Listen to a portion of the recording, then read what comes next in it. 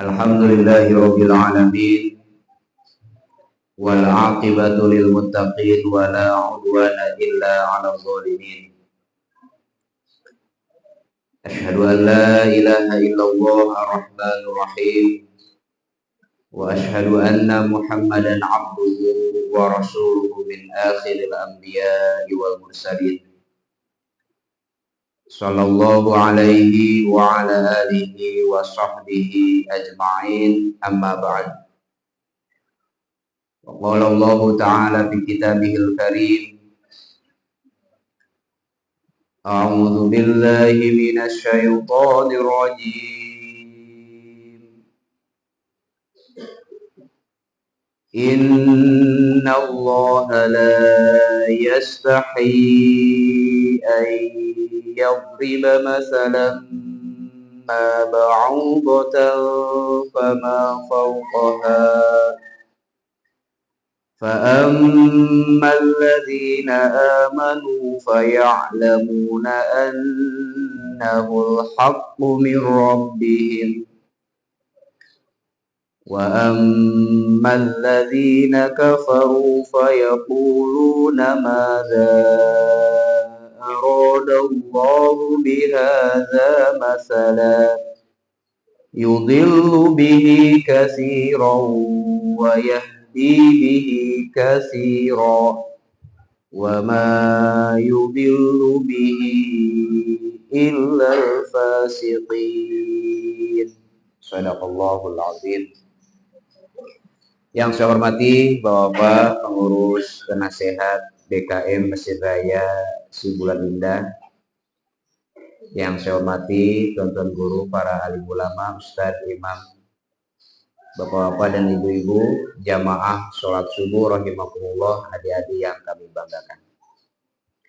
Syukur alhamdulillah kita panjatkan kehadiran Allah Subhanahu wa taala. Pada hari ini kita masih diberi kesempatan umur mudah-mudahan barokah, kesehatan yang mudah-mudahan afiat. Kita dapat berkumpul di masjid ini melaksanakan sholat subuh berjamaah, dilanjutkan dengan duduk mendengarkan kajian kuliah subuh. Semoga langkah kaki dan duduk sila kita di masjid ini bernilai ibadah di sisi Allah Subhanahu wa ta'ala. Sholawat dan salam semoga Allah limpahkan kepada Nabi Muhammad Rasulullah Shallallahu alaihi wasallam, Nabi akhir zaman, uswatun hasanah, suri teladan terbaik dalam kehidupan kita semuanya. Bapak Ibu yang saya hormati, kajian kita subuh hari ini adalah tafsir Al-Quran, melanjutkan kajian tafsir yang sudah beberapa kali dulu disampaikan. Mudah-mudahan masih ingat. Kalau nggak salah materi itu terakhir tahun yang lalu itu. Diingat-ingat lagi lah kajian tafsir tahun yang lalu. Nah, kita nyambung dari situ. Hari ini kita masuk ayat ke-26 surah Al-Baqarah. Ayatnya barusan saya baca di muqaddimah. A'udzu billahi minasyaitonir rajim. Innallaha, sesungguhnya Allah, la yastahi, tidak merasa malu. Allah tidak malu. Ayyadriba masalam ma ba'udatan, untuk membuat perumpamaan seekor nyamuk dalam Al-Quran. Fama fauqoha, bahkan yang lebih kecil daripada nyamuk. Fa'ammal ladzina amanu, adapun orang-orang yang beriman, faya'lamuna annahul haqqu mir rabbihim, mereka segera tahu yang demikian itu adalah kebenaran dari Tuhan mereka. Wa ammal ladzina kafaru, adapun orang-orang kafir, fayaquluna, maka mereka berkata, madza aradallahu bihadza masalah, apa maksud Allah membuat perumpamaan yang remeh-temeh seperti ini? yudillu bihi katsiro, menyesatkan banyak orang, wa yahdi bihi katsiro, walaupun ada juga orang yang dapat petunjuk, wa ma yudillu bihi illal fasiqin, dan tiadalah yang disesatkan kecuali orang-orang yang fasik. Saya mengutip tafsir Al-Imam Al-Baghawi. Imam Al-Baghawi ini seorang ulama mazhab Syafi'i, lahir abad ke-5 Hijriah. Beliau mengatakan, sababun nuzuli hadhil ayat, sebab turunnya ayat ini adalah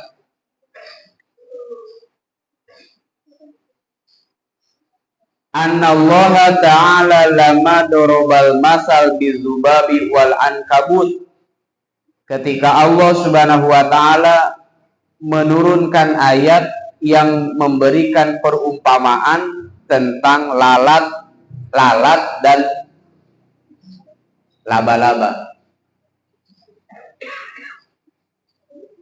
Ayat tentang lalat, seekor lalat, itu ada dalam surah Al-Hajj ayat 73. Adapun ayat yang berbicara tentang laba-laba itu di surah Al-Ankabut ayat 41. Yang tentang lalat bunyinya, innalladzina tad'una min dunillah la yakhluquna dzubaban walau ijtama'u lahu. Sesungguhnya berhala yang disembah, Tuhan-Tuhan yang disembah oleh orang kafir itu, mereka tidak akan mampu menciptakan seekor lalat pun. Tuhannya yang menyembahnya menciptakan lalat seekor pun tidak akan sanggup. Itu satu. Yang kedua, wa masalul ladzina takhadu min dunillahi auliya kamasalil ankabutit takhadat baita. Perumpamaan orang-orang yang menyembah selain Allah itu seperti laba-laba. Orang musyrik itu seperti laba-laba, kata Al-Quran. Kalau kita nggak merasa terhina itu, Pak, tapi bagi orang musyrik terhina kali. Ittakhadat baitan, yang membuat rumah. Wa inna auhanal bait la baitil ankabut. Sesungguhnya rumah yang paling lemah adalah rumahnya laba-laba. Sarang laba-laba itu, kata Al-Quran, sarang yang paling lemah. Nah, Bapak Ibu yang saya hormati, kata Imam Al-Baghawi, surah Al-Baqarah ayat 26 ini adalah merespon tanggapan orang kafir Quraisy terhadap dua ayat ini. Orang kafir bertanya, ma aradallahu bizikri hadhil asya al-khasisah. Apa maksud Allah menyebutkan binatang-binatang kecil dalam kitab suci? Kalau maksud itu, apa itu kitab suci Al-Quran itu? Masa isinya nama-nama binatang? Katanya kitab suci, tapi kok yang disebutkannya laba-laba, lalat. Ada binatang lain yang disebutkan dalam Al-Quran? Semut.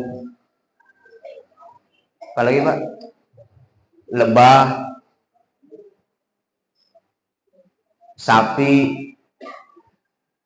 burung hudhud, apalagi? Hah? Monyet ada disebutkan dalam Quran. Kunu kirodatan khosiin, jadilah kamu monyet-monyet yang hina. Mohon maaf, anjing dan B2 pun disebutkan dalam Al-Quran. Diharamkan atas kamu ini kan disebutkan itu. Anjing disebutkan, orang kafir itu seperti anjing, kata Al-Quran. Dikasih yang baik, nggak dikasih yang baik pun sama-sama dijulurkan lidahnya. Jadi ketika turun ayat-ayat semacam itu, mereka merasa diolok-olok. Apanya itu kitab suci macam begitu? Kok isinya nama-nama binatang? Kok isinya lalat, laba-laba, semut, gajah? Gajah ada dalam Al-Quran. Dan seterusnya, dan seterusnya. Nah, maka Allah Subhanahu wa Ta'ala menjawab dengan ayat ini. Innallaha la yastahi ayyadriba masalam ma ba'udun. Sesungguhnya Allah tidak malu untuk menciptakan perumpamaan walaupun hanya seekor lalat. Fama fauqoha, bahkan yang lebih rendah daripada lalat pun Allah tak malu.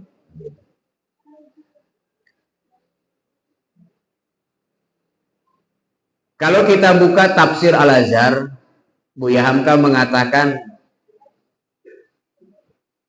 dengan merenungkan ayat ini, apa yang timbul dalam hati kita? Itu kata Buya Hamka, Pak. Kalau kita membaca ayat Al-Quran itu, satu kali dibaca, yang timbul di hati apa? Artinya bacaan Al-Quran itu harus berkesan di hati, harus ada bekasnya di jiwa, harus ada implikasinya dalam amal kehidupan. Itu baru namanya baca Al-Quran. Ketika orang baca Allah tidak malu membuat perumpamaan seekor nyamuk, orang harusnya nanya tuh, ketika mendengar ayat itu apa yang timbul di hati? Ada apa dengan nyamuk?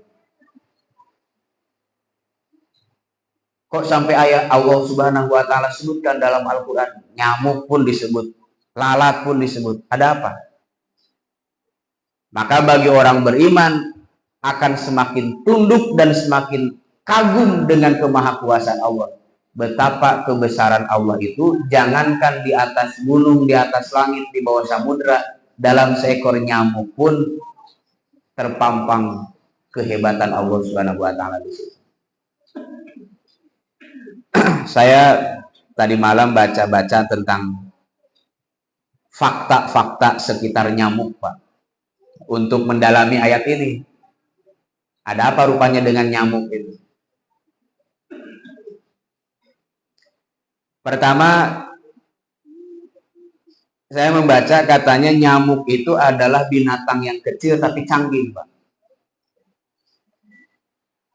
Walaupun dia kecil, tapi di badan nyamuk itu terdapat alat-alat yang super canggih, yang kalau kita disuruh membuat alat sekecil itu nggak akan sanggup. Yang pertama ada radar.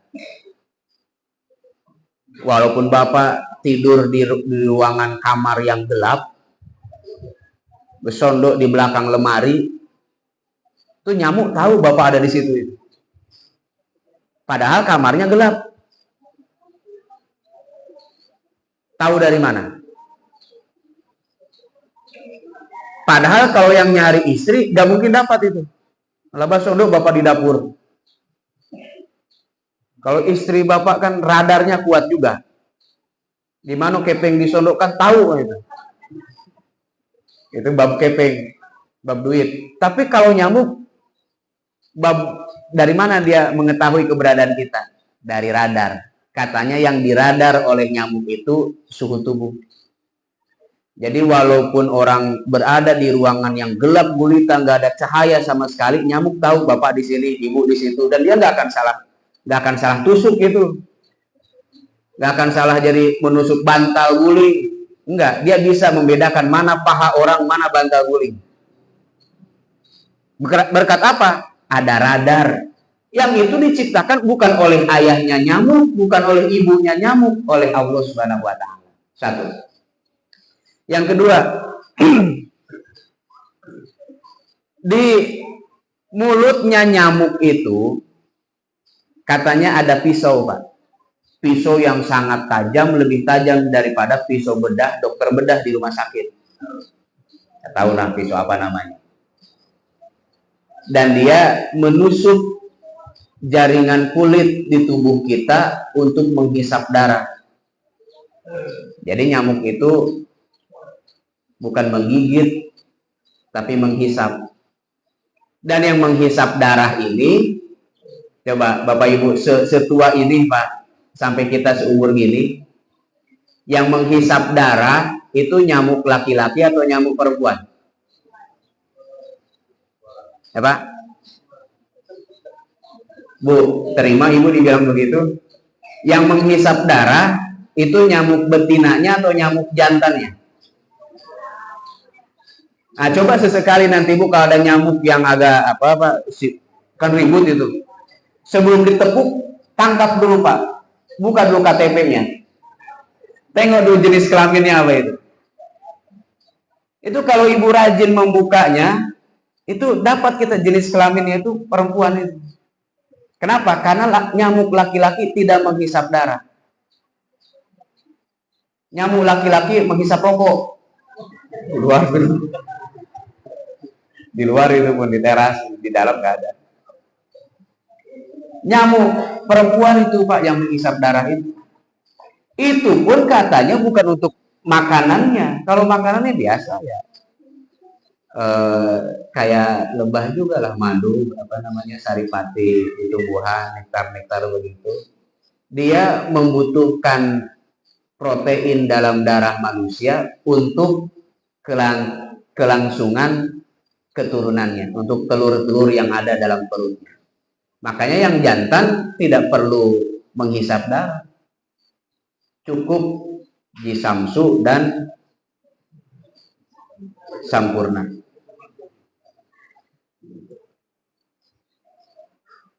Kemudian ada alat anestesi. Alat anestesi ini kalau bukan bapak yang sering dibedah itu ibu-ibu. Kalau ibu dibedah tidak merasakan sakit, nah itu karena ada anestesi. Nah, kita ketika digigit nyamuk kadang tidak sadar. Tahu-tahu sudah bengkak saja tuh. Kitanya sesudah nyamuknya penuh dengan darah, perutnya itu baru kita sadar, oh ada nyamuk di situ. Kenapa tidak sadar? Tidak merasakan. Kenapa tidak merasakan? Ada alat anestesi di tubuh nyamuk itu. Ada alat pengencer darah. Karena tidak semua darah manusia itu begitu ditancap langsung bisa disedot pas di pembuluh darahnya nyamuk, belum tentu semuanya, harus diencerkan dulu. Dan alat untuk mengencerkan darahnya itu ada di tubuh nyamuk dan tak ada di tubuh kita itu. Ada tabung untuk menyimpan darah yang disedot. Nah, itu kan perlu peralatan yang canggih, yang luar biasa hebat, ada dalam tubuh nyamuk sekecil itu. Belum lagi alat metabolismenya, pencernaan makannya, rahimnya, untuk telurnya, pernapasannya, dan lain sebagainya. Subhanallah. Jadi bagi orang yang beriman, nyamuk yang kecil itu saja itu pun sudah cukup. Tak mungkin ini nyamuk yang begitu dahsyat dan begitu hebat terbuat dengan sendirinya. Kan nggak mungkin. Mestilah ada yang menciptakannya. Dan yang menciptakan ini mestilah lebih hebat, lebih dahsyat, lebih maha kuasa untuk menciptakan barang sehebat itu. Nah, kita kan sepele pada datang nyamuk, tapuk begitu saja. Ada kadang-kala berpikir sampai seperti itu. Nah, kemudian Bapak Ibu, saya membaca korban jiwa. Ini korban jiwa, Pak. Kan nyamuk itu macam-macam spesiesnya. Ada yang biasa saja, ada yang berbahaya. Nyamuk yang paling berbahaya itu namanya Aedes aegypti. Nah, ini keren nama nyamuk nih. Jadikan nama cucu bagus nih. Aedes aegypti, nyamuk penyebab demam berdarah. Dan ada nyamuk-nyamuk lain yang juga sangat berbahaya, tak kalah berbahayanya. Sehingga tidak diambil kesimpulan korban jiwa yang meninggal dunia dari kalangan manusia diakibatkan nyamuk lebih besar daripada yang diakibatkan harimau. Harimau itu binatang buas, Bu. Singa binatang buas itu. Tapi korban jiwa dari kalangan manusia yang mati gara-gara diterkam harimau itu nggak sebanyak yang mati gara-gara nyamuk setiap tahun. Itu bagi yang ngitung. Kalau saya percaya aja itu, disuruh ngitung nggak tahu ya caranya gimana. Dari mana taunya? Per tahun itu di Indonesia katanya korban jiwa gara-gara demam berdarah ataupun penyakit-penyakit lain gara-gara nyamuk itu sampai 600 ke 700 per tahun. 600 orang meninggal dunia gara-gara nyamuk. Tapi korban jiwa gara-gara harimau, entah yang mati diterkam harimau atau segala macam, itu hanya 6 sampai 10 orang di Indonesia per tahun. Artinya kan segalak-galaknya harimau ternyata lebih berbahaya lagi nyamuk. Ini Allah tidak malu membuat perumpamaan ma ba'udotan, seekor nyamuk.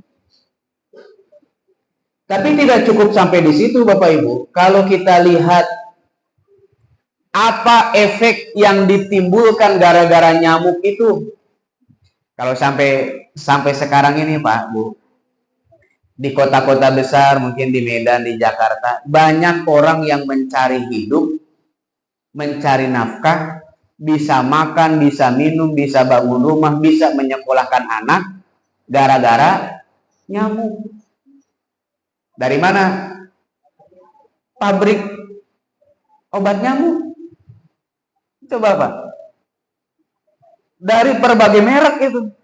Dari Baygon. Ada Baygon bakar. Ada Baygon semprot. Berapa ribu karyawannya itu per pabrik. Ada orang yang bisa jadi satpam di pabriknya itu. Ada yang bisa jadi cleaning service. Ada yang bisa jadi OB. Ada yang bagian produksi. Ada bagian manajernya. Ada direkturnya, direktur utamanya. Yang sopir bisa mengangkut barang nanti nyebarin kemana-mana. Yang buka warung grosir dapat untung dengan grosirnya. Yang buka warung eceran dapat untung dengan ecerannya. Dari apa? Dari Baygon. Hilang aja nyamuk, tutup Baygon tuh. Di PHK ribuan karyawan. Jadi kadangkala kalau kita berpikir agak ke depan, ternyata nyamuk itu pun memberi manfaat juga. Itu dari nyamuk, dari Baygon. Belum lagi dari kelambu. Ya betul Bu, dari kelambunya. Ada yang tukang jahitnya. Ada yang jualan bahannya. Ada yang jualan di pajaknya. Kan manfaat itu. Hilang nyamuk, gak perlu ibu kelambu. Untuk melindungi apa lagi? Gak ada lagi nyamuk. Ada autan. Ada sovel. Ini harusnya bayar apa mereka juga disebut-sebutkan. Gara-gara apa? Gara-gara nyamuk. Bisa orang menyekolahkan anak. Bisa orang menguliahkan anak. Masuk ke akmil anaknya jadi tentara. Tentara apa? Tentara nyamuk. Kenapa? Karena dikasih hidup. Ayahnya kerja di pabrik nyamuk. Bukan pabrik nyamuk. Pabrik obat nyamuk. Anaknya tamat SD dimasukkan ke pesantren. Tamat pesantren jadi ustadz. Ustadz apa? Ustadz nyamuk. Kenapa? Karena dikuliahkan, dipesantrenkan hasil obat nyamuk. Jadi kadangkala demikianlah Allah Subhanahu wa taala menyatakan innallaha la yastahyi ayyadriba mathalan ma ba'udah. Allah tidak malu untuk membuat perumpamaan seekor nyamuk. Silahkan orang menganggap hina, menganggap remeh, menjengkali. Apanya kitab suci isinya nyamuk? Silahkan. Tapi bagi orang yang beriman, fa ammal ladzina amanu faya'lamuna annahul haqqu mir rabbihim, akan bertambah ilmunya, bertambah pemahamannya, yang demikian itu benar dari Allah. Fama fauqaha, bahkan yang lebih kecil daripada nyamuk.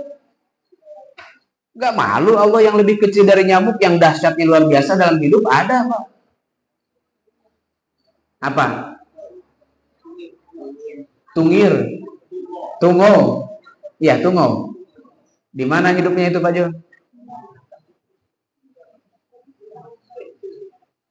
Lebih kecil. Ada yang lebih kecil dari tungo. Apa? kutunya tungau. Itu tungau itu punya kepala, di kepalanya itu ada kutunya itu. Nah, coba bayangkan itu. Kutunya itu sekecil apa? Dan ada yang lebih kecil lagi daripada itu. Nggak tahu binatang, nggak tahu apa ini. Apa? Virus corona. Kecil, nggak nampak pun. Tapi walaupun kecil dan nggak nampak, orang gagal haji 2 tahun kemarin. Dipampangkan gajah, Pak, yang besar-besar. 1.000.000.000 gajah atau 2 miliar gajah menghalangi orang untuk naik haji, nggak akan terhalangi itu. Dilewati kalau gajah, Pak. Tapi corona yang nggak nampak, diundur tuh haji kan. Berapa tahun kemarin.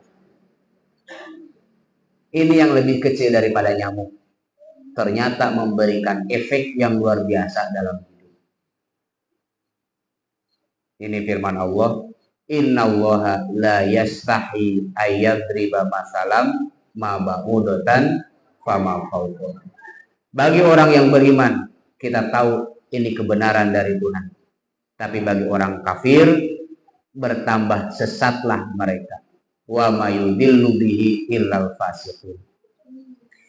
Kemudian Allah Subhanahu wa taala melanjutkan dalam surah ayat 27. Siapa orang yang fasik itu? Orang yang fasik itu adalah alladzina yanquduna 'ahdallahi min ba'di mitsaqih wa yaqta'una ma amarallahu bihi ayyusala wa yufsiduna fil ardh.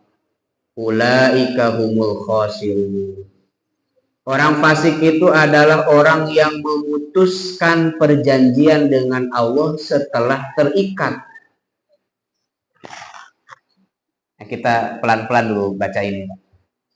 Orang fasik itu adalah orang yang memutuskan perjanjian dirinya dengan Allah. Dan itu katanya semua manusia pernah bikin janji dengan Allah. Dalam tafsir Al-Baghawi itu yukhalifuna wa yatrukuna wa aslun naqdi al-kasru, mereka menyelisihi dan meninggalkan perjanjian. Perjanjian apa? Amrullahil ladzi ahida ilaihim yaumal mitsaq. Perjanjian ketika diikat pada hari al-mitsaq. Pada hari mengikat janji. Kapan kita janji dengan Allah? Itu disebutkan dalam Al-A'raf ayat 172. Wa id akhadha rabbuka min bani adama min dhuhurihim dzurriyyatahum wa ashhadahum ala anfusihim alastu bi rabbikum qalu bala syahidna. Ingatlah ketika Tuhanmu mengambil sumpah daripada keturunan Nabi Adam dan mengambil persaksian dari mereka satu persatu, alastu bi rabbikum, bukankah aku ini Tuhanmu? Qalu bala syahidna, mereka semuanya menjawab, benar Tuhan, Engkau adalah Tuhan kami, kami bersaksi. Kita, saya, bapak-bapak, ibu-ibu, adik-adik, semuanya pernah bikin janji ini, Pak, Bu, dengan Allah. Dulu di alam rahim kita pernah ditanya, alastu bi rabbikum, bukankah aku ini Tuhanmu? Kata Allah. Waktu itu kita menjawab, qalu syahidna, iya ya Allah, kami bersaksi Engkau adalah Tuhan kami. Nah sekarang saya tanya Bapak Ibu, Ibu ingat gak pernah bikin janji seperti itu? Pak, pernah ingat gak? Gak ingat. Makanya saya ingatkan ini hari ini. Dulu Bapak pernah bikin janji itu. Supaya nanti di hari kiamat jangan pura-pura tidak tahu. Kan sudah disampaikan ceramah subuh Ustaz Didin sudah diingatkan. Jadi jangan bilang gak ingat lagi. Sudah saya ingatkan hari ini nih. Dulu Bapak Ibu pernah bikin janji dengan Allah begitu. Janji apa? Janji setia untuk bertuhan hanya kepada Allah. Janji setia untuk tidak mengaku Tuhan kepada yang lain selain kepada Allah. Itu yang dimaksud dengan qalu bala syahidna. Itu dulu pernah kita ucapkan. Jadi jangan ingkar janji. Nah, itu yang disebut dengan fitrah itu. Alhamdulillah Pak, dari 8 miliar manusia yang hidup saat ini, nah, kita termasuk 1,8 miliar yang masih teguh memegang janji itu. Yang muslim itu katanya cuma 1,8 miliar sekarang Pak. 6,2 miliar sisanya manusia hidup dalam kondisi menyelisihi janji ini. Maka saya ingatkan lagi Bapak Ibu, dulu kita pernah bersumpah, qalu bala syahid.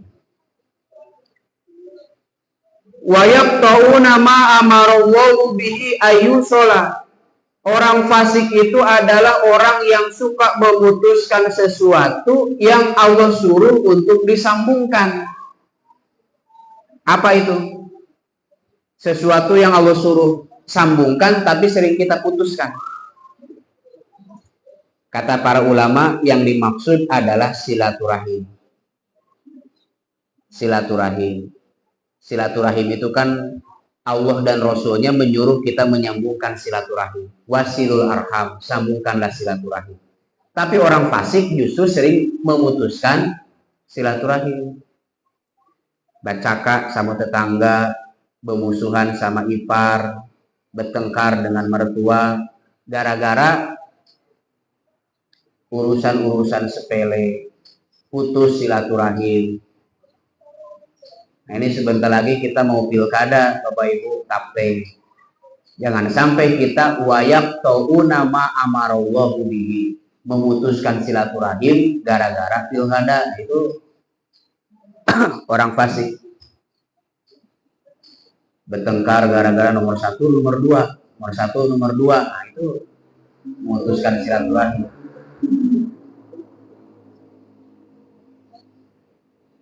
Padahal nggak susah, itu tinggal pilih di antara 2, pilih 1 saja.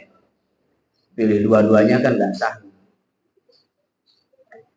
Jadi wayak tauna ma amarallahu bihi,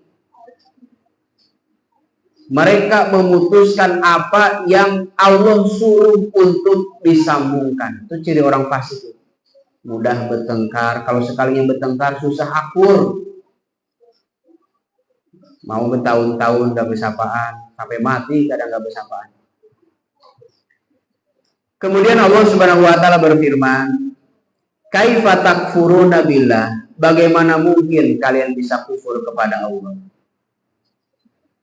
Ba'da, ini Al-Baghawi mengatakan, ba'da nasbid dalail wa wuduhil barohin, setelah dipampangkan bukti-bukti kebenaran, setelah dijelaskan petunjuk-petunjuk. Faqala wa kuntum amwatan, padahal dulu kalian mati. Fa'ahyakum, kemudian Allah menghidupkan kamu. Summa yumitukum, kemudian Allah mematikan kamu kembali. Summa yuhyikum, kemudian Allah menghidupkannya lagi. Summa ilaihi turja'un, kemudian kepadanya lah kalian akan dikembalikan. Ini dalam ayat yang ke-28. Bapak Ibu yang saya hormati, bagaimana kita bisa ingkar kepada Allah padahal dulu kita mati? Wa kuntum amwatan. Di sini Allah Subhanahu wa taala menerangkan tentang 4 fase kehidupan kita. Jadi ternyata sebelum kita hidup yang sekarang ini, Bapak Ibu, kata Al-Quran, wa kuntum amwatan, dulu kita pernah mati. Kalau para ulama, diantaranya Imam Al-Baghawi, di sini menyebutkan kematian yang pertama itu nutofan fi aslabi abaikum. Ketika kita masih berbentuk nutfah sperma dalam sulbi ayah kita. Kitanya itu sudah ada, cuman masih mati. Saya di masjid ini sering mendengar, terutama sebelum Isya, Kapan kita mati ini Pak? Mati yang pertama. Kan sebelum kita yang hidup ini, kita pernah mati. Nah, ayat yang sering dibaca di masjid ini kalau sebelum Isya, surah Al-Insan ayat 1. Hal ata alal insani hinum minad dahri lam yakun syai'am mazkura. Apakah telah datang kepada manusia suatu masa yang pada masa itu kita belum menjadi sesuatu yang disebut. Nggak jadi sarapan itu.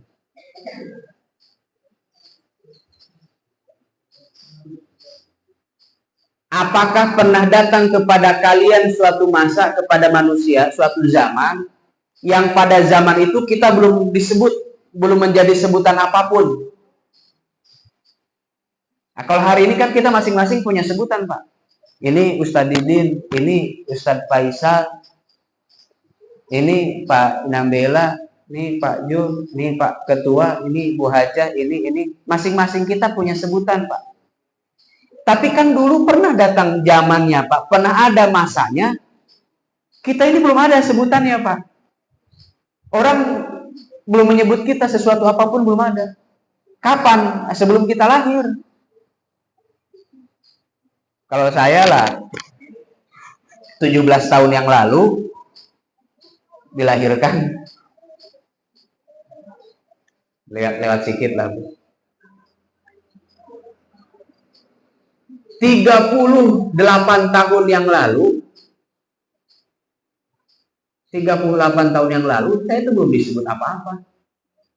Orang belum tahu yang namanya Didin itu yang mana, nggak ada yang tahu. Di mana orangnya pun tidak tahu. Coba Bapak Ibu. Di tahun 1945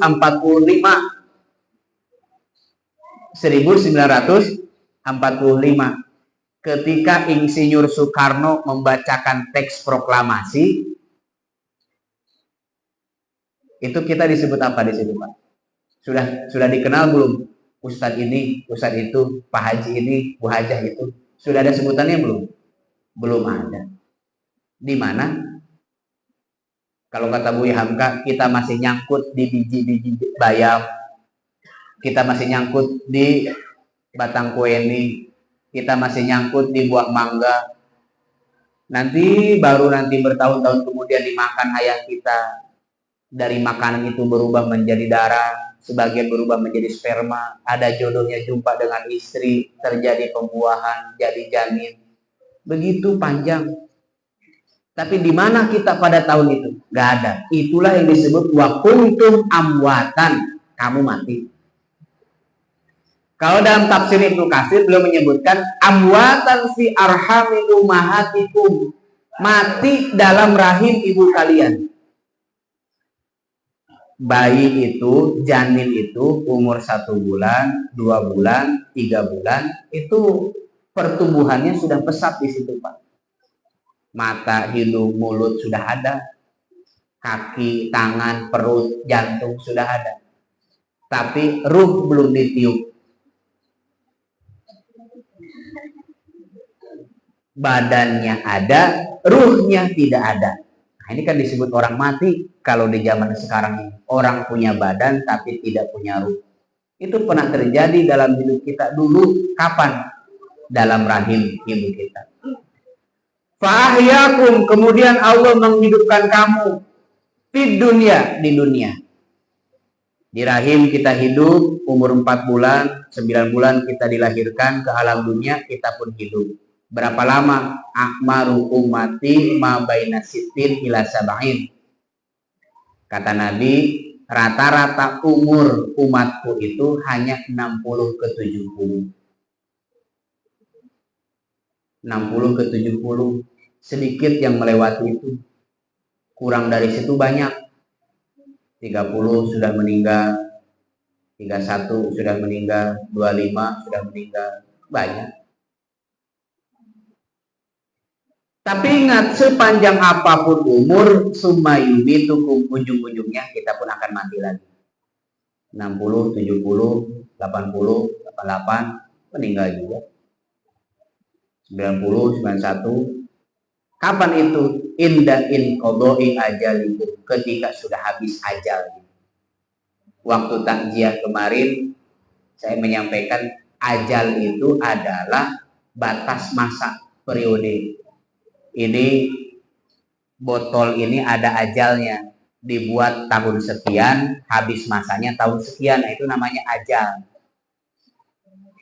Mikrofon ini ada ajalnya, dibuat tahun 2010, habis tahun 2030. Nah itu 2010 sampai 2030 namanya ajal. Begitu habis ajalnya nggak bisa dipakai lagi. Kalau bahasa kita expired, sudah kadaluarsa. Orang pun kalau sudah kadaluarsa berarti udah habis ajalnya, tinggal nunggu mati. Summa yuhyikum, tapi ingat, setelah kita mati besok kita akan dihidupkan kembali. Ini yang nggak dipercayai oleh orang kafir itu. Orang kafir nggak percaya sesudah kita mati besok akan dihidupkan kembali, itu yang nggak dipercaya orang kafir. Bapak-bapak kan hafal surah Yasin.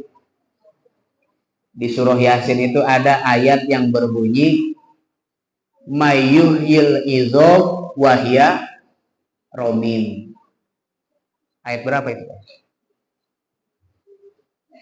Siapa yang menghidupkan tulang belulang yang berserakan ini setelah dia hancur lebur? Jadi ketika Nabi SAW memberikan kabar bahwa sesudah hidup akan ada mati, sesudah mati orang dihidupkan kembali, orang musyrik waktu itu menggali kuburan, dapat tulang-tulang di situ, diangkut tulang itu diserakan di depan Nabi. Mereka katakan, ya Muhammad, mayuhyil izom wahya romin. Siapa yang sanggup menghidupkan tulang belulang yang sudah lapuk berserakan macam begini? Mana menghidupkan tulang?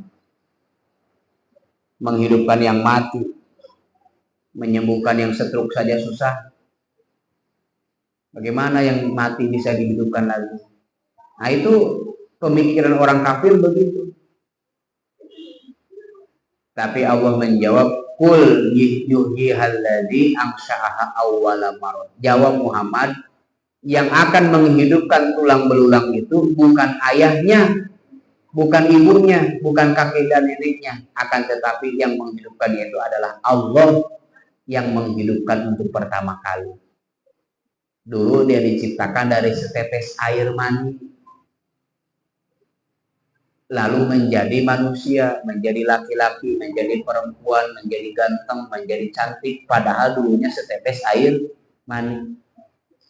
Kalau menghidupkan manusia dari setetes air mani Allah sanggup, mampu, kenapa menghidupkan manusia dari tulang belulang tidak mampu? Kan orang kafir gak sanggup berpikir sampai ke situ. Padahal dia dulu berawal dari hanya setetes air mani. Summa ilaihi turja'un, kemudian kepadanya lah kalian akan dikembalikan. Turaduna fil akhirah, dikembalikan ke negeri akhirat. Fayajziakum bi'amalikum, akan dibalas setiap amal kalian. Famay ya'mal mithqala dzarratin khairan yarah wa may ya'mal mithqala dzarratin syarran yarah. Yang baik akan dibalas dengan kebaikan walaupun kecil kebaikan itu, dan yang jahat akan dibalas kejahatannya itu walaupun kita pandang enteng kejahatannya itu. Nah Bapak Ibu yang saya hormati, demikian kajian tafsir yang dapat saya sampaikan, supaya cepat tanya jawab, supaya cepat ditutup, supaya cepat kita sarapan. Saya sudahi dulu. Aku qouli hadza wa astaghfirullah li wa lakum. Wassalamualaikum warahmatullahi wabarakatuh.